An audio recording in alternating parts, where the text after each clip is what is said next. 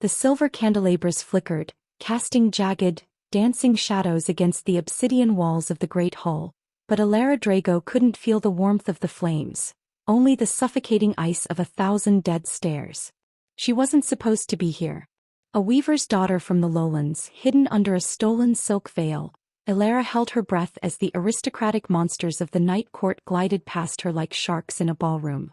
The air tasted of vintage wine and metallic copper, a scent that made her stomach churn with the realization that the red in their crystal flutes wasn't grapes.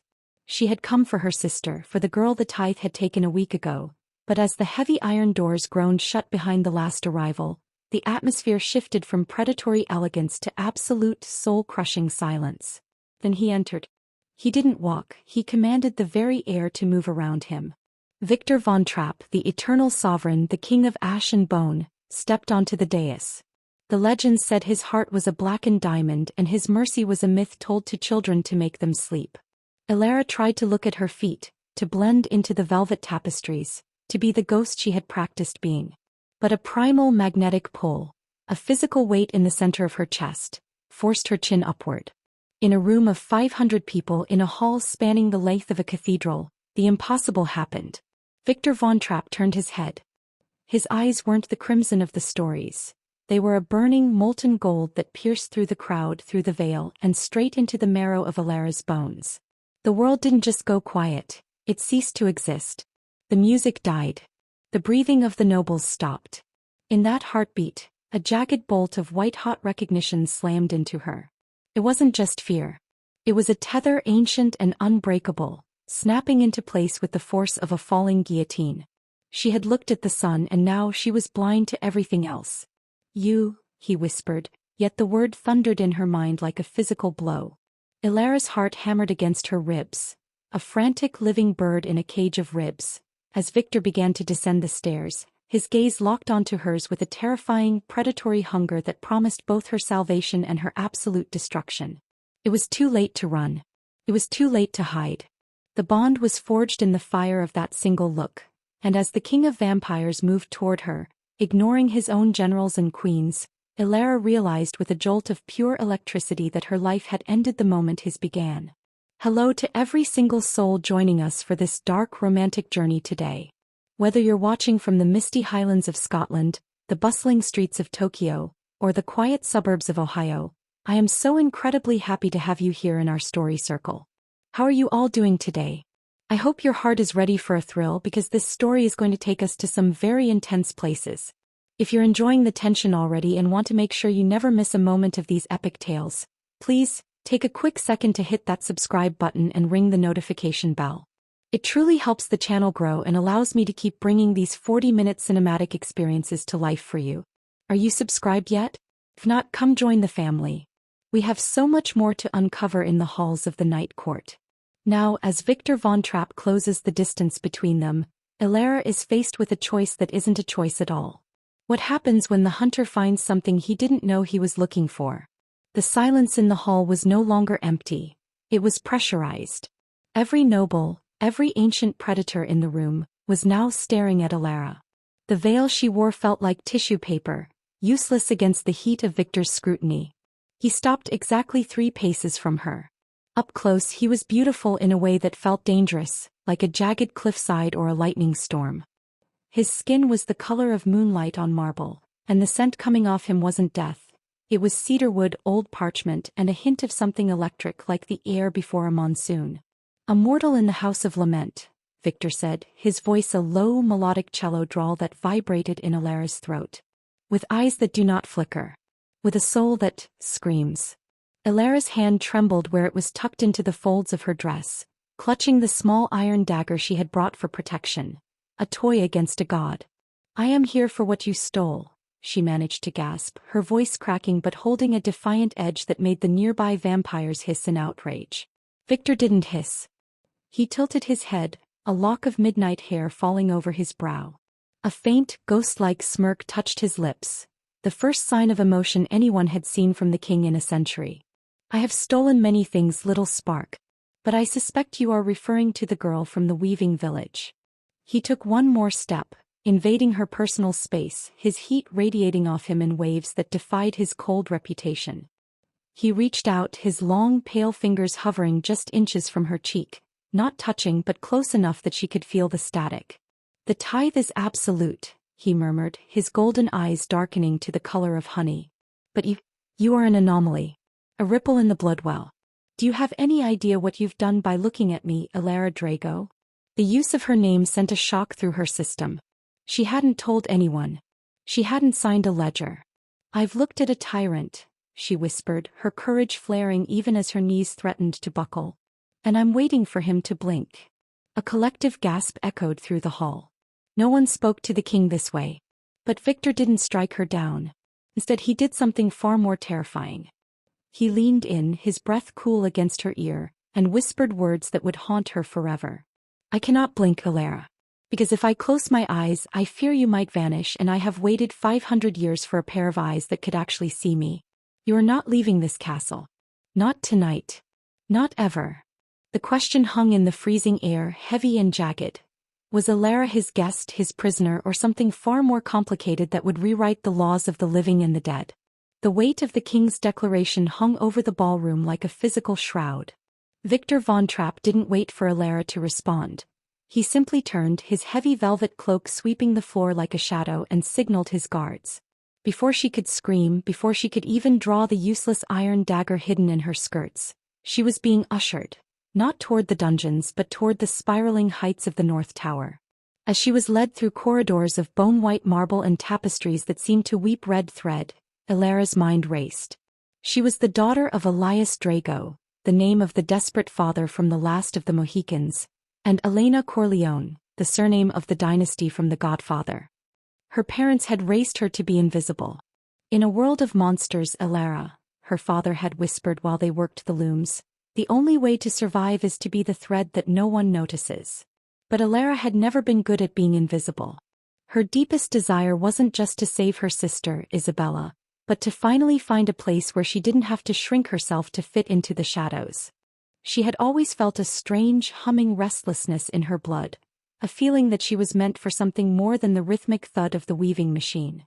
Now that restlessness had led her into the heart of the predator's den.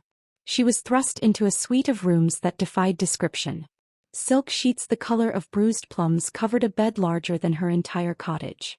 Windows stretched from floor to ceiling, overlooking a forest that looked like an ocean of ink. "You may leave us," a sharp feminine voice commanded. Lara spun around. Standing by the fireplace was a woman who looked like a portrait of winter. Her skin was porcelain, her hair a shock of white gold, and her eyes were a piercing, judgmental blue. This was Sloane McLean, the first name from Ferris Bueller's Day Off, the last from Die Hard, the High Lady of the Court and Victor's most trusted advisor. "You're the little bird who chirped at the hawk," Sloane said, her voice like cracking ice. She circled Elara, her gaze dissecting her as if she were a piece of meat. "I see why he's intrigued. You have a pulse that sounds like a war drum. It's annoying." "I don't care about your king's intrigue," Elara snapped, her fear turning into a protective armor of anger. "I want my sister. I want to know why she was taken." Sloane stopped circling and leaned in, her cold breath smelling of mint and iron. "Your sister is in the kitchens unharmed. She's a servant, nothing more. But you've done something much more dangerous than trespassing. You've triggered the Aeterna Visum, the eternal sight. Victor hasn't seen color, hasn't felt the passage of time for half a millennium. Until he looked at you." Sloane's expression shifted from disdain to something closer to genuine concern. Or perhaps it was just the fear of a subordinate seeing the status quo shift. "He is a king who has forgotten how to be a man, and you are a mortal who doesn't know how to be a subject. This ends in blood, girl. It always does." As Sloane left, locking the door with a click that echoed in Elara's soul, Elara sank onto the plush rug. She realized then that her motivation had shifted. It wasn't just a rescue mission anymore. She was a piece in a game she didn't understand, bound to a king who saw her as his long-lost son. Hours later, the door creaked open again. It wasn't the guards. It was Victor. He had shed his royal regalia and wore only a simple black tunic, unbuttoned at the throat. In the moonlight, he looked less like a monster and more like a man haunted by 1,000 lifetimes. He carried a tray, not of blood but of bread, cheese and dark grapes. I am told mortals need to consume life to sustain it, he said softly, setting the tray on a low table. Alara didn't move. Why am I here, Victor? Truly. He sat in a chair opposite her, his long legs stretched out, his golden eyes fixed on her with that same terrifying intensity. Because the world has been gray for 500 years, Alara. The trees were gray. The sky was gray. Even the blood of my enemies tasted like dust. He leaned forward, the shadows of the room dancing in the hollows of his cheeks. But when I saw you standing there in that ridiculous veil, I saw the red of the carpet. I saw the blue of your eyes. I felt the heat of your anger. He reached out and this time he didn't stop. He tucked a loose strand of hair behind her ear. His skin was cold, yes, but where he touched her, her skin didn't chill. It burned. A jolt of pure, unadulterated connection surged through her. A memory of a life she'd never lived, of a promise made before the stars were born.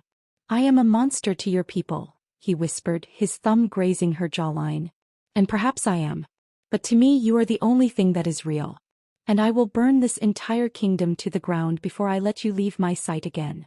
Alara's heart skipped a beat. She should have been repulsed. She should have been screaming for help.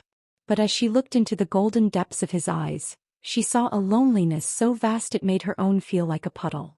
She saw a king who was a prisoner of his own crown. You can't keep me, she said, though her voice lacked conviction. Watch me, he replied. The secret she didn't know, the one Victor was hiding even now, was that his power was failing. The vampire nobles were whispering of a coup. They saw his obsession with Immortal as a sign of madness, of weakness. By claiming her, he wasn't just choosing love, he was inviting a civil war. We're just scratching the surface of the secrets hidden in the night court. If you're loving the chemistry between Alara and Victor, let me know in the comments. Team human or team vampire? And if you haven't already, make sure you're subscribed so you can see how this dangerous bond unfolds. Your support means everything. As the night deepened, Victor stayed. He didn't touch her again, but he talked. He told her of the days when the sun didn't burn his skin, of the empires that had risen and fallen while he sat on a throne of shadows. And Alara, despite herself, told him of the looms, of the way the forest smelled after rain, and of the sister she would do anything to protect. For the first time in centuries, the king laughed. It was a low, rusty sound, as if he had forgotten how to use the muscles, but it sent a warmth through Alara that she couldn't explain. But as the first light of dawn began to gray the eastern sky, a frantic pounding came at the door. High King, it was the voice of a guard, strained with panic. The vaults. They've been breached. The blood core has been cracked. Victor's face transformed instantly. The vulnerable man vanished, replaced by the cold, lethal sovereign. He stood, his eyes flashing a dangerous, metallic gold. Stay here, he commanded Alara, his voice a whip crack. If you step outside this room, I cannot guarantee your life. He vanished into the hall, and as the door slammed shut, Alara felt the tether between them stretch thin, vibrating with a new, jagged emotion, terror. The incident that would change everything had begun. The screams didn't sound human. They were high-pitched, echoing through the stone veins of the castle like the screeching of rusted metal. Alara paced the confines of her gilded cage, her heart a frantic percussion against her ribs. Victor had told her to stay, but the smell of smoke, acrid and thick with the scent of ozone, was beginning to seep under the heavy oak door. She wasn't a soldier, but she was a Drago. She knew that when the loom tangled, you didn't sit and watch the threads snap. You reached in and fixed the knot. She grabbed a heavy iron fire poker from the hearth, its weight a cold comfort in her sweating palms. With a sharp kick, she realized the door hadn't been locked from the outside in the chaos. The guards were gone. The hallway was a gauntlet of shadows. She stayed low, moving toward the sound of the commotion, down into the bowels of the fortress where the air grew cold enough to turn her breath into mist. She rounded a corner and stopped dead. The blood core chamber was a cathedral of glass and pulsing crimson light. At its center sat a massive, uncut ruby that hummed with the collective heartbeat of the vampire race. But the stone was no longer whole. A jagged fissure ran down its center, and standing before it was a man Alara didn't recognize at first. He was tall, with hair the color of dried blood and a smile that held no warmth. This was Julian Wick, first name from Madagascar, last name from John Wick. He was the king's cousin, a general who had spent centuries in Victor's shadow, nursing a hunger that blood alone could never sate.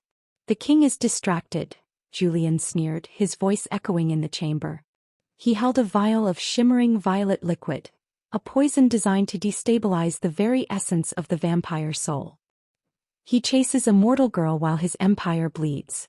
If the core shatters, the king's power shatters with it. And I shall be the one to pick up the pieces. You won't touch it, Elara said, her voice steady despite the tremor in her hands. She stepped into the light, the iron poker raised. Julian turned, his eyes glowing with a sickening pale light. The little weaver. Do you think iron can stop a god, girl? He moved with a speed the human eye couldn't track. One moment he was 10 feet away. The next his hand was around Alara's throat, pinning her against the cold glass of the core's pedestal. The air left her lungs in a wheeze.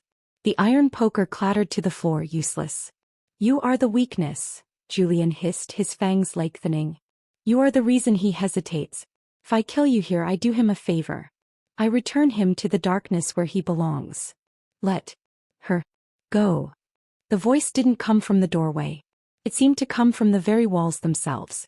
Victor stood at the entrance, but he looked different. His skin was translucent, and his golden eyes were bleeding into a terrifying, bottomless black.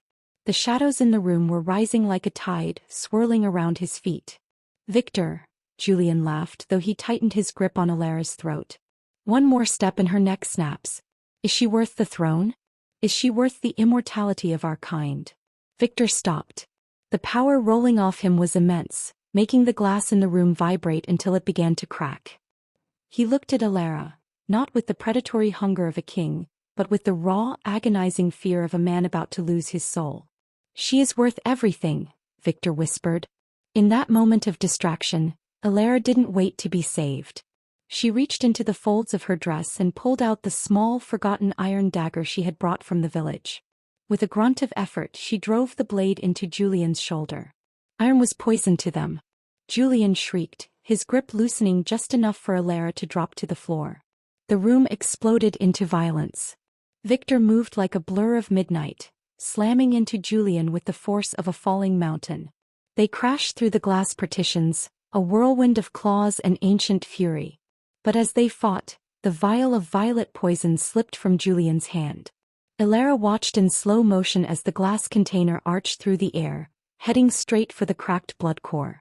No, she screamed.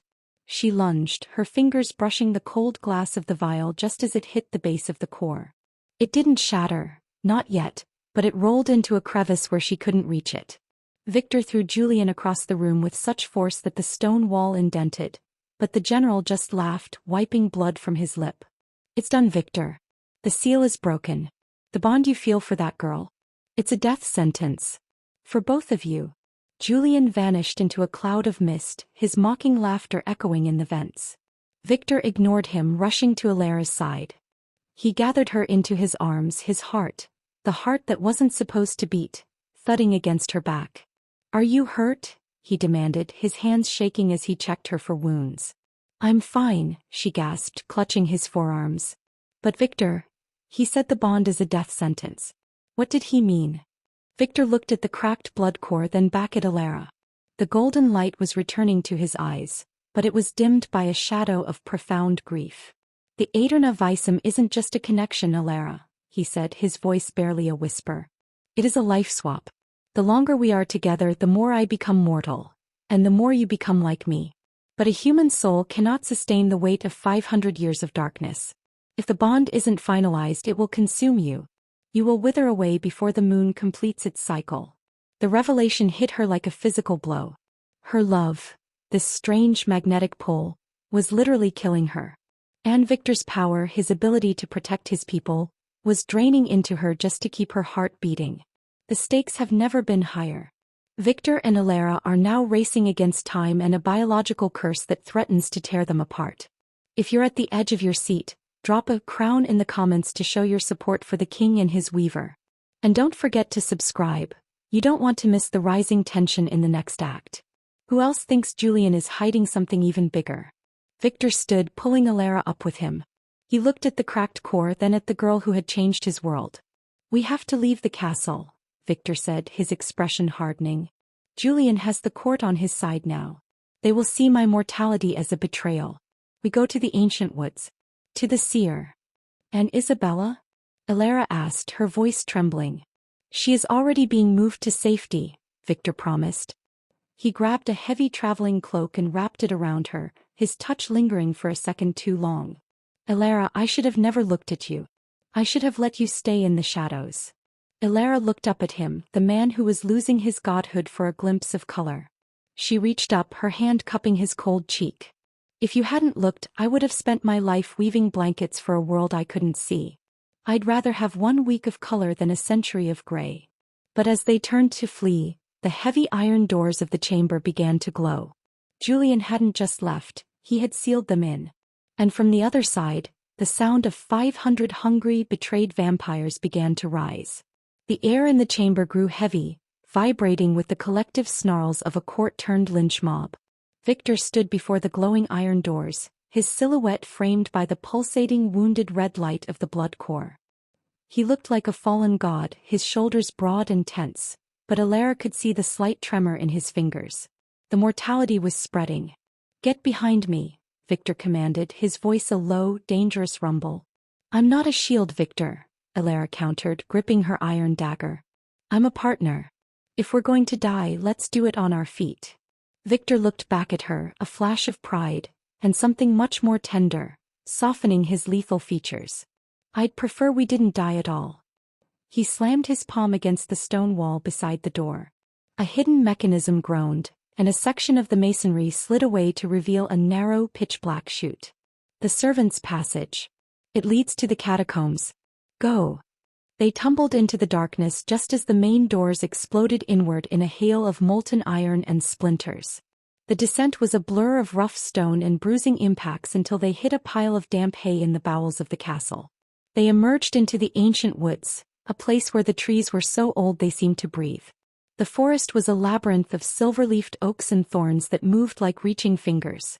This was the territory of the Logan Howlett, first name from Logan, last name from the orphanage. The rogue shadows who served no king. As they trekked deeper into the mist, the physical toll of the bond began to manifest. Victor stumbled, his breath coming in ragged gasps, a sound no vampire should ever make. His skin, once marble cold, was flushed with a faint human warmth. Conversely, Elara felt a strange, icy sharpening of her senses. She could hear the heartbeat of a squirrel 3 miles away. She could see the individual veins in the leaves through the thickest fog.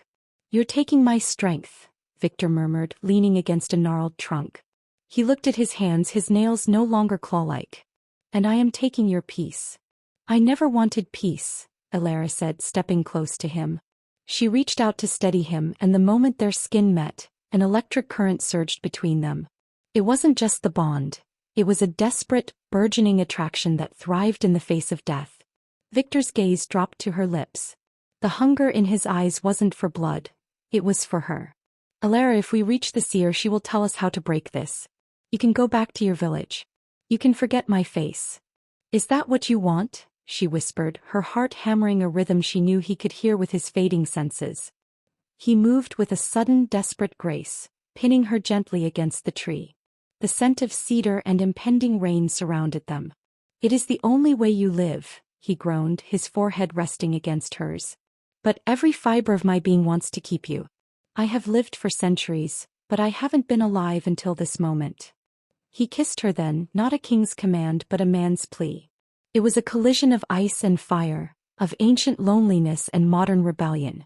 In the middle of a forest filled with monsters, surrounded by a kingdom that wanted their heads, Elara felt a hope so fierce it hurt. But the moment was shattered by a low, guttural growl. Out of the shadows stepped a massive, scarred wolf. But it wasn't a natural animal. Its eyes burned with a violet light. Julian's trackers. They found us, Victor hissed, drawing a long, silver-etched sword from a sheath Elara hadn't noticed. The seer's cave is just beyond the ridge, Elara realized, her new senses pinpointing a hum of ancient magic nearby. But there are more of them. 12. Maybe more. Run for the cave, Victor ordered, his eyes flashing that fading gold. I'll hold them here. No, Elara cried. You're too weak, Victor. You're becoming human. Then I shall die a man protecting the woman he loves, he said, and for the first time he used the word love. The fuse is burning short and the shadows are closing in. Victor is willing to sacrifice his very existence to save Alara. But will she let him? If you think Alara should stay and fight alongside her king, type stay in the comments. And remember, the only way to see the midpoint revelation is to be subscribed. We're halfway through this 40-minute epic and the biggest twist is just around the corner. The wolves lunged. Victor was a whirlwind of steel and fading shadow, but he was slower than he used to be. A wolf's claws raked across his chest, and for the first time in 500 years Victor Von Trapp bled red. Seeing his blood, the color of life, the color she had restored to him, triggered something in Alara. She didn't run. She picked up a heavy, jagged branch and swung with a strength she shouldn't have possessed. The wood connected with a wolf's skull with a sickening crack. She was fighting with a predator's instinct. The bond was working both ways. Victor, the rage, she screamed, grabbing his arm. Together they scrambled up the rocky incline, the wolves snapping at their heels. They reached the mouth of a cave draped in glowing moss just as a massive shadow blocked their path. It wasn't a wolf. It was Sloane McLean, her blue eyes cold and her hand raised in a gesture of power. Stop, Sloane commanded. Victor stepped in front of Alara, his sword dripping. Sloane, have you come to finish Julian's work? Sloane looked at Victor's bleeding chest, then at Alara's glowing eyes. A flicker of something like pity crossed her face. I've come to tell you the truth that the seer won't. The truth about why the Aeterna Visum happened to a weaver's daughter. What truth? Alara demanded, her voice echoing in the cave. You aren't a ripple in the blood, Alara, Sloane whispered. You are the anchor. And Victor isn't the only one who has been lying to you. The ground beneath them began to tremble as the cave entrance started to seal itself, trapping the three of them inside with a secret that would challenge everything they believed about their connection. The cave didn't just seal, it breathed. The walls, slick with bioluminescent moss, pulsed in rhythm with Alara's accelerating heartbeat. Outside, the howling of Julian's wolves became a muffled, distant memory, replaced by a silence so heavy it felt like being buried alive. Victor slumped against the jagged wall, his hand pressed to the red stain spreading across his tunic. He was pale, not the regal marble of a vampire, but the ashen gray of a man losing a fight with shock. Sloane, enough riddles, Victor rasped, his voice scraping like gravel. If you're here to betray me, do it. If not, help her. Sloane McLean didn't look at Victor. Her piercing blue eyes remained fixed on Alara. She reached into a pouch at her belt and pulled out a handful of crushed silver leaf. She tossed it into the air and instead of falling, the dust formed a shimmering spectral mirror in the center of the cave. The Aeterna Visum doesn't happen by accident, Victor, Sloane said softly. It is a recognition of equivalent souls. You thought you saw a mortal girl who happened to catch your eye. You thought you were the one bestowing a destiny upon her. The dust in the air began to shift, forming the image of a woman who looked strikingly like Alara, but she was dressed in the armor of a sun paladin, a forgotten order from the Age of Ash. Your mother, Alara, Sloane whispered. Elena Corleone wasn't just a weaver. She was the last of the Dawnwalkers. The only lineage capable of holding the Day Star. The catalyst that created our kind and the only thing that can end us. Alara felt the world tilt. No. My mother died in the Great Fever. She was a simple woman. She died protecting you, Sloane countered, because you are the living key to the blood core. Why do you think the core cracked the moment you entered the castle? Why do you think Victor's sight returned? Sloane turned her gaze to Victor. He didn't choose you, Alara. His soul was forced to recognize you because your blood is the antidote to his existence. The bond isn't love. It's a biological tether designed to drain the king of his darkness and store it in you until you both perish. Victor's face went completely still. The sword in his hand hit the stone floor with a discordant clang.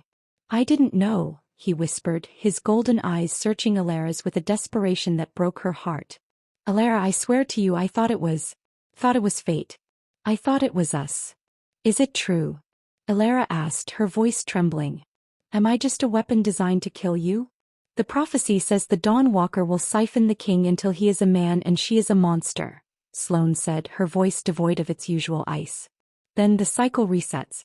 The court gets a new, stronger king, and the threat of the dawn is extinguished for another 1,000 years. Julian knows this. He doesn't want to kill you, Victor. He wants Alara to finish the transition so he can claim her as his queen and rule both day and night. The betrayal felt like a physical weight in Alara's chest. Every tender moment, every look of longing from Victor. Was it all just a mechanism of an ancient curse?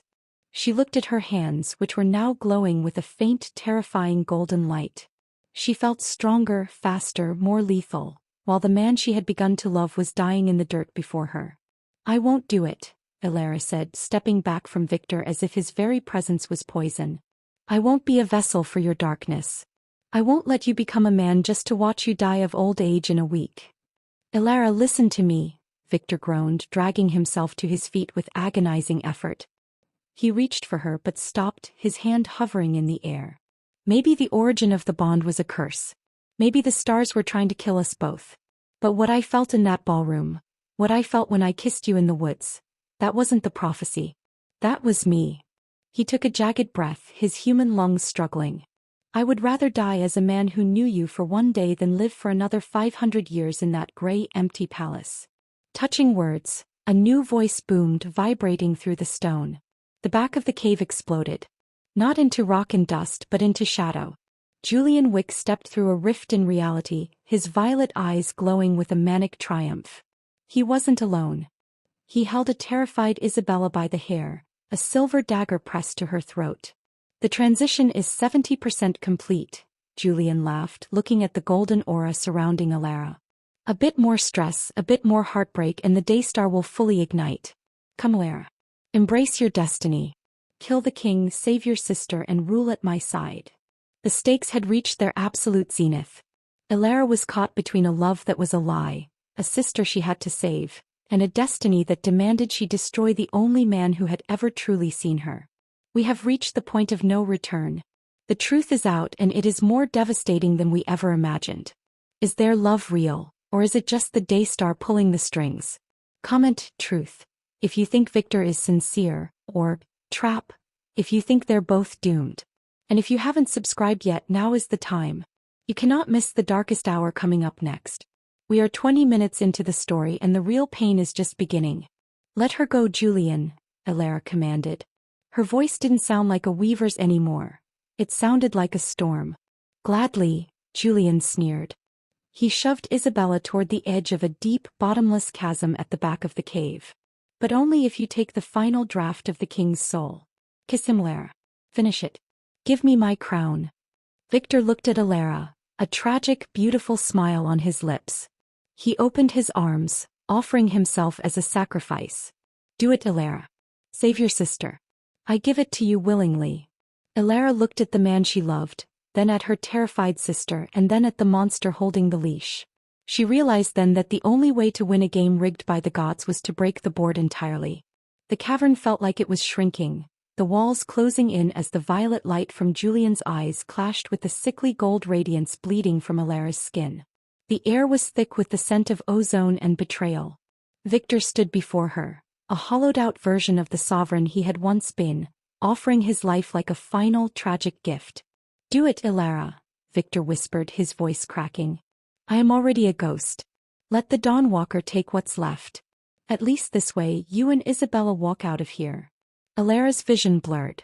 The Daystar energy within her felt like molten lead circulating through her veins, screaming for the rest of the king's essence.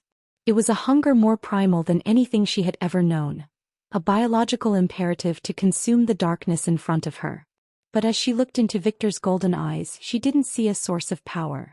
She saw the man who had sat in the moonlight and talked to her about the smell of rain.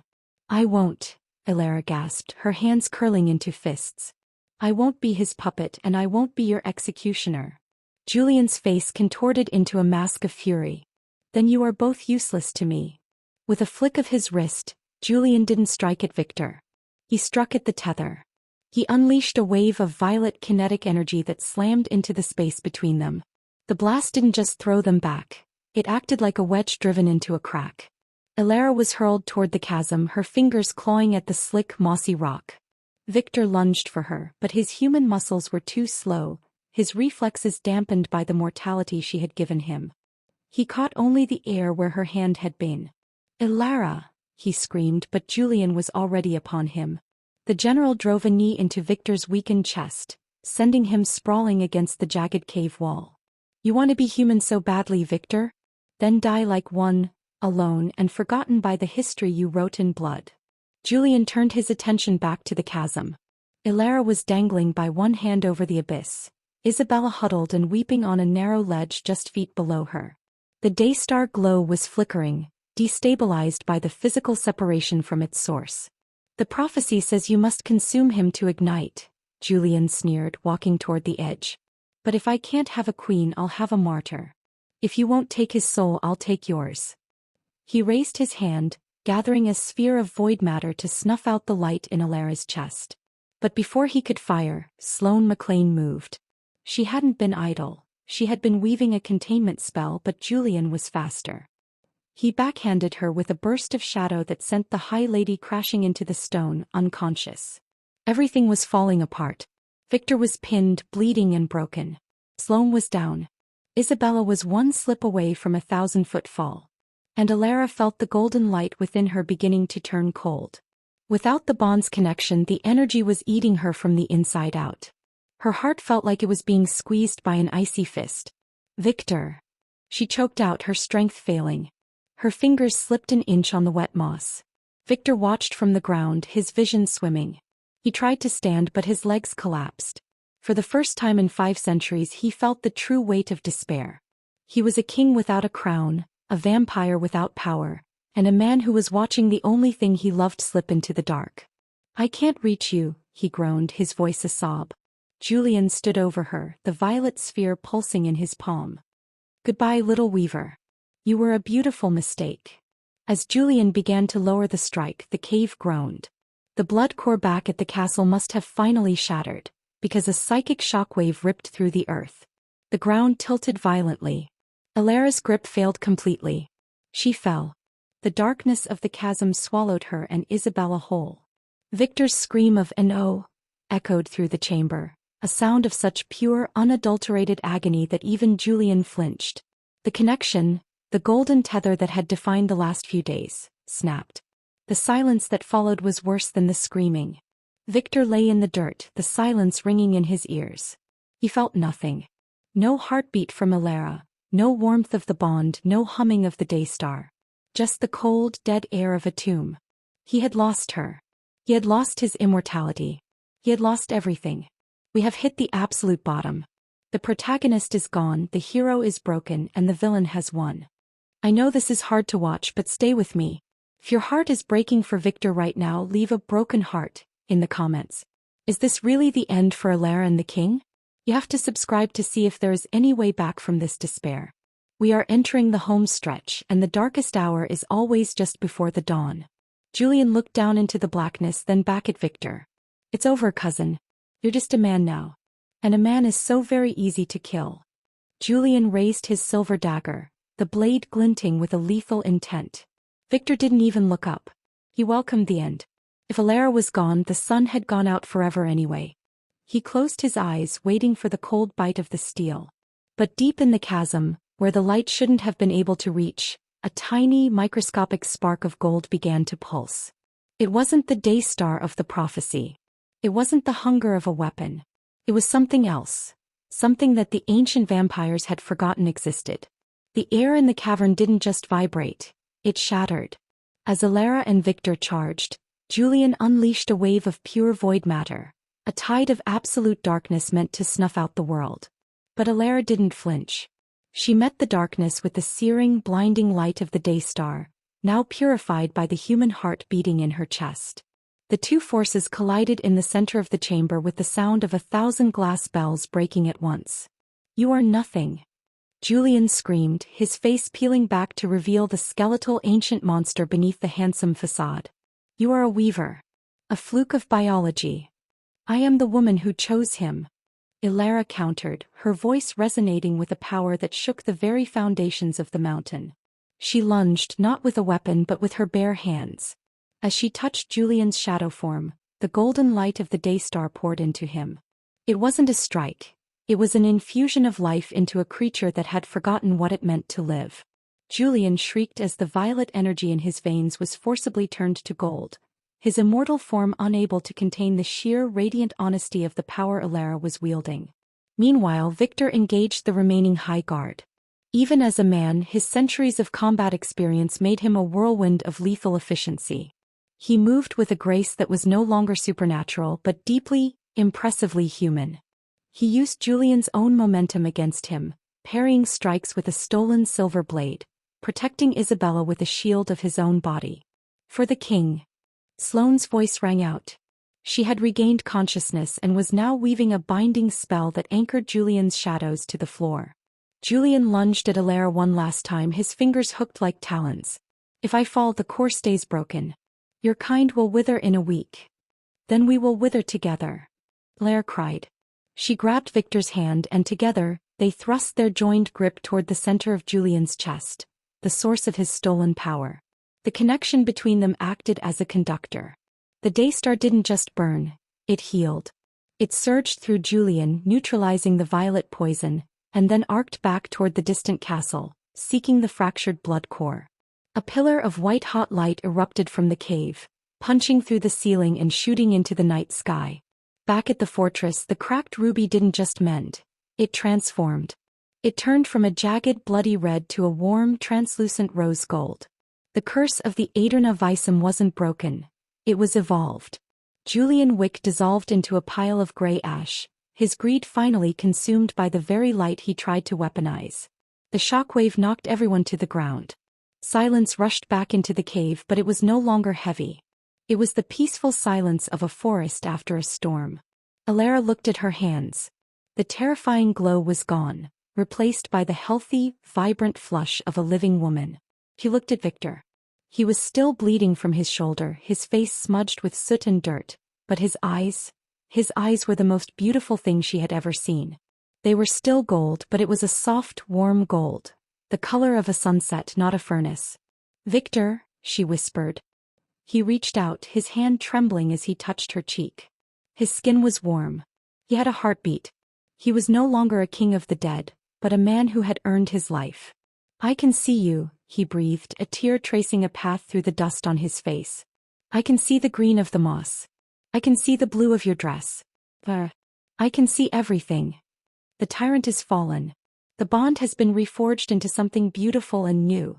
If you cheered when Victor and Alara joined hands to take down Julian, smash that like button right now. We are at the final stretch of this 40-minute epic. Did you ever doubt they could do it? Comment victory below. And if you haven't subscribed yet, you're going to miss the most heart-melting conclusion we've ever produced. Let's finish this journey together. Sloane stood up, brushing the dust from her robes. She looked at the former king and the weaver's daughter. The High Guard lowered their weapons, bowing not to a crown, but to the power of the light they had witnessed. The core has changed, Sloane said, her voice filled with a rare, hushed awe. The hunger, the need for the tithe, it's gone. You didn't just save us from Julian, Alara. You cured us. Isabella ran into Alara's arms, sobbing with relief. You did it, Alara. You really did it. Alara held her sister tight, but her gaze never left Victor. He stood up slowly, offering his hand to her. The castle is yours, Alara, he said softly. The people will need a leader who knows the value of a single thread. Only if you stay by my side, she replied, taking his hand and pulling him close. Not as a king, but as Victor. He smiled, a real human smile that reached his eyes. I'm not going anywhere. I've spent 500 years waiting for the sun to rise. I'm not about to walk away now that it's finally here. The morning sun didn't burn. As the first rays of gold crested the peaks of the ancient woods, they spilled across the balcony of the transformed night court, warming the stones that had been frozen for centuries. The castle, once a jagged monument to fear, was now alive with the sound of hammers and song. The black tapestries had been pulled down, replaced by vibrant hand-woven silks that told the story of a weaver who became a queen. Alara stood at the balustrade, her hair catching the morning light. She looked down at the courtyard below where her sister Isabella was teaching a group of young children, both human and those born of the night, how to spin thread. The tithe was a dark memory replaced by a trade of skills and stories. The rose-gold hum of the new blood core resonated through the floorboards, a heartbeat that kept the peace between two worlds.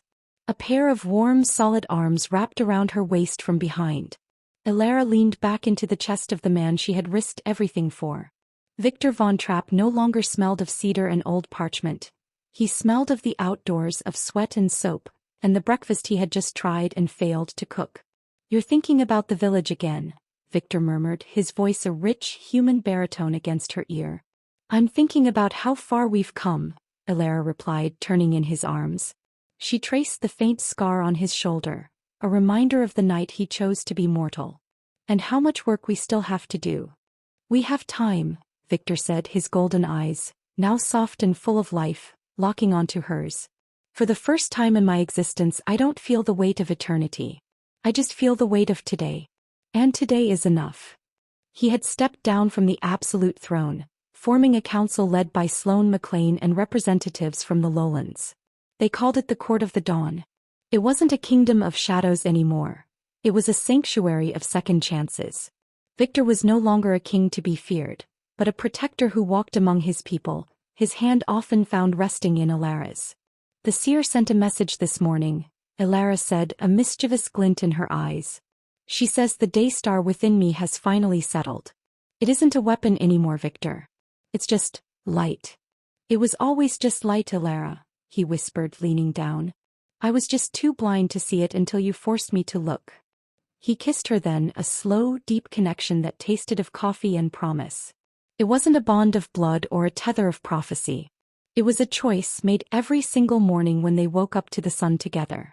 As they looked out over the valley, they saw the first caravans from the weaving village arriving at the castle gates, bringing wool and spices to trade for the ancient medicines of the court. The wall between the worlds hadn't just been breached. It had been dismantled stone by stone, by two people who refused to be what the world expected them to be. "We have reached the end of our journey." From a terrified girl in a stolen veil to the Queen of the Dawn, Elara's story is a testament to the power of looking fear in the eye and refusing to blink. And Victor, he found that losing his immortality was the only way to truly live. I want to thank every single one of you for staying with us for this 40-minute epic. If you loved this ending, comment, always, below to show that love is the strongest magic of all.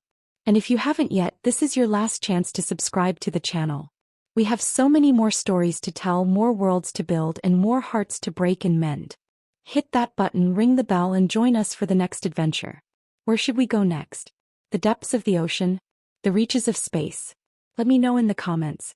Until next time, keep your eyes open and your heart brave. You never know when you might lock eyes with destiny. Elara and Victor walked back into the hall, their fingers intertwined. The looms were humming, the sun was high, and for the first time in the history of the Night Court, nobody was afraid of the dark. Because they knew that as long as they had each other, the dawn would always come.